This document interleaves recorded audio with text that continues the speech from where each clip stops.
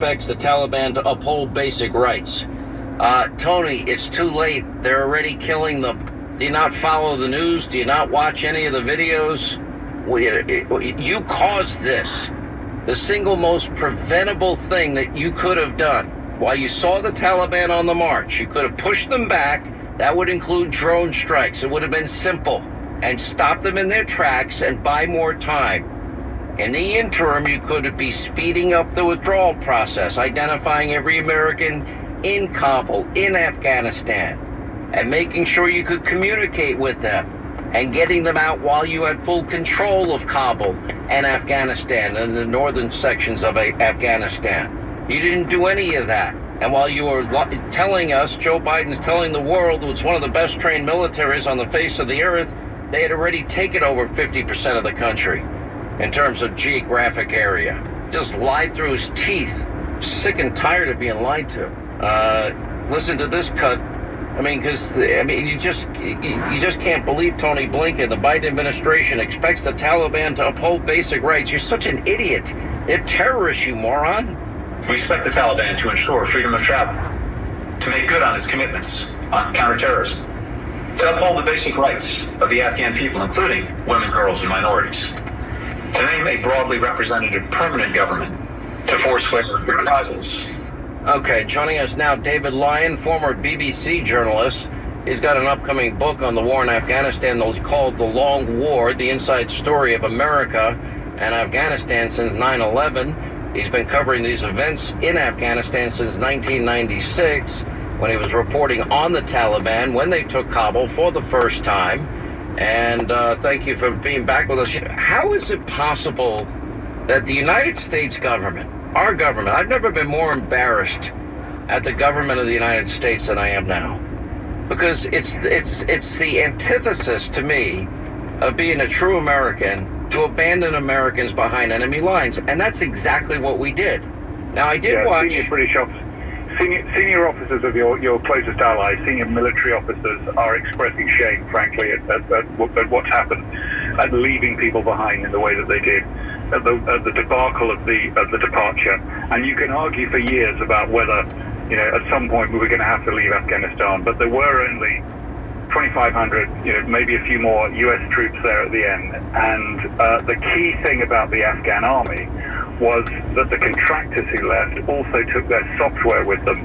So the Afghan army, although Joe Biden has really took them down, didn't have the capacity to communicate with their own people in the last weeks before Kabul fell. They were literally fighting blind, and they were trained to use that software and to fight with all of that equipment. So, the army fell, the country fell, and any illusions that the Biden administration have that the Taliban are going to keep to any of the deals that they've done clearly must be shattered by the fact that they've now put in place a very hardline administration, as you say, women's rights being trampled on right, left, and centre, as well as all the other things you enumerated. They're also carrying out effectively ethnic cleansing against the Hazara minority in central provinces in the country, out of sight of TV cameras. And the Hazaras are a really interesting minority group because they're the most progressive on women's rights. And who'd have thought the Taliban are the people who are turning against that group most strongly? There are no Hazaras in the government. It's a very prominent minority in the country, and frankly, it's a war crime. Yeah, well, wait till ISIS gets a hold of an American citizen or an American green card holder. I think you probably have a pretty good idea of what's going to happen. Here's the $50 million question. Why didn't they get out early? You saw it, I saw it, the world saw it, that the Afghan army was collapsing and the Taliban was on the march, and we had plenty of warning that they were making their way up to the northern part of Afghanistan, making their way to Kabul. So when we had full control of the area, why didn't Joe Biden, A, push him back with some drone strikes, and B, why didn't he expedite the withdrawal while he had full control of Kabul? On the withdrawal question, there was a very strong sense from the Ghani government, the then president of Afghanistan. He pleaded with the Americans not to pull people out because he thought that would be a panic that would, cause more of a collapse of the government. Well, now, since his government collapsed literally overnight when he fled, it looked as if it was. Wait a minute, but that doesn't answer the question. I don't mean to be rude, David. But we saw the Taliban on the march. We watched province after province after province fall, and the Afghan military collapse, and the Taliban was on the move. So this isn't a matter of what Ghani thinks. He took off, he escaped, he took however much money with him.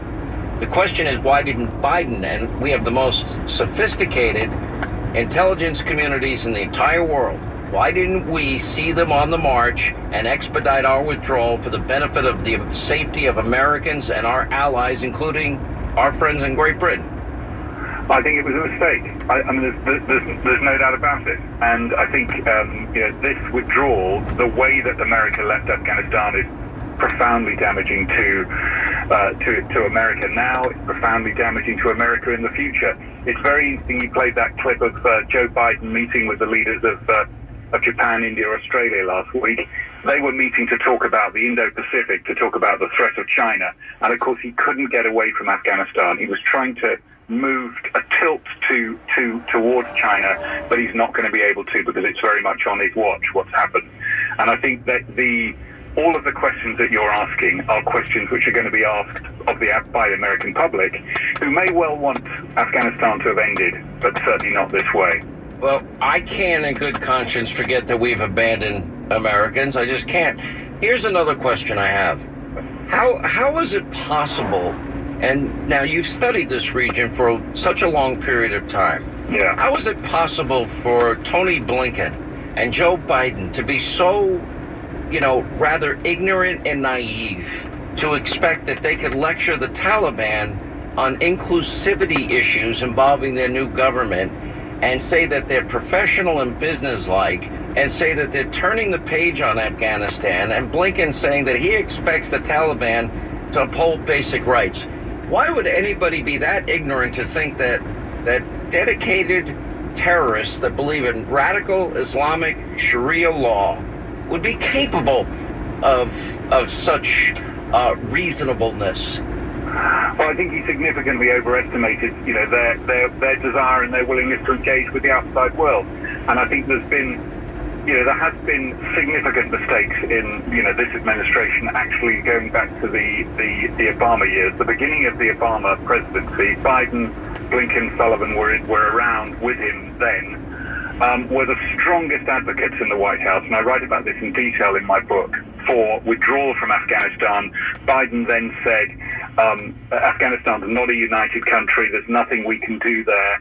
But I think in the last few months, they've needed to stand up the Taliban as a sort of insurance policy. There's been a lot of talk in the government in the UK and in Washington, in these governments, that the Taliban are somehow, there's a moderate Taliban. There are people we can talk to. We can set up offices in Doha and we can negotiate with these people. And actually, it's in a sense, that was their insurance policy in order to be able to leave the country. Okay, Donald Trump was what they wanted to do. Quick break. More with David Loyne, former BBC journalist. The Long War. We'll talk about his upcoming book, The Inside Story of Afghanistan and America Since 9/11. And David Loyne will join us on the other side. Then we'll get to your calls, 800-941-SEAN, our number if you want to be a part of the program. Every single